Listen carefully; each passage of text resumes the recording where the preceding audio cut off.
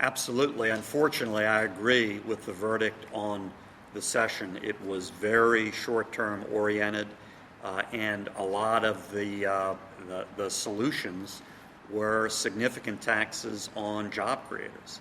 And I'm very concerned about that. The single biggest example in that category was bringing back a big part of the inventory tax. That is an absolute red flag that businesses around the country see and run away from in terms of locating activity and jobs in Louisiana.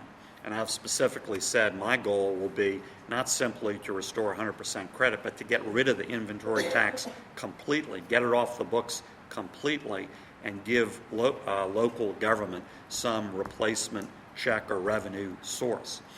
So we would begin attacking all of this in that first special legislative session that I would call immediately upon being sworn in as governor.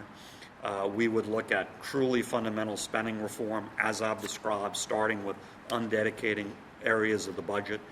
To hear a lot of the debate from the last session, it's as if we have no spending issues. That's ridiculous. We have plenty of spending issues. We have plenty of spending that's wasteful or that we simply can't afford. And then we also need to look on the tax side in terms of credits, exemptions, and deductions that are really giveaway programs by another name that we also cannot afford.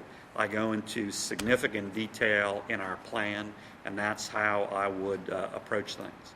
And again, with regard to your question impacting job creators, I would have as a definite goal in that first special session or shortly thereafter to not only restore 100% of the credit for the inventory tax, but to get rid of that tax completely off the books and give local government a replacement revenue source. Another element of tax reform that's important for business is to streamline and consolidate sales tax collection.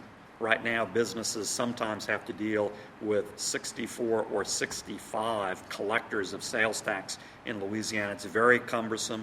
It's very onerous. It also gets in the way of properly collecting tax from internet sales.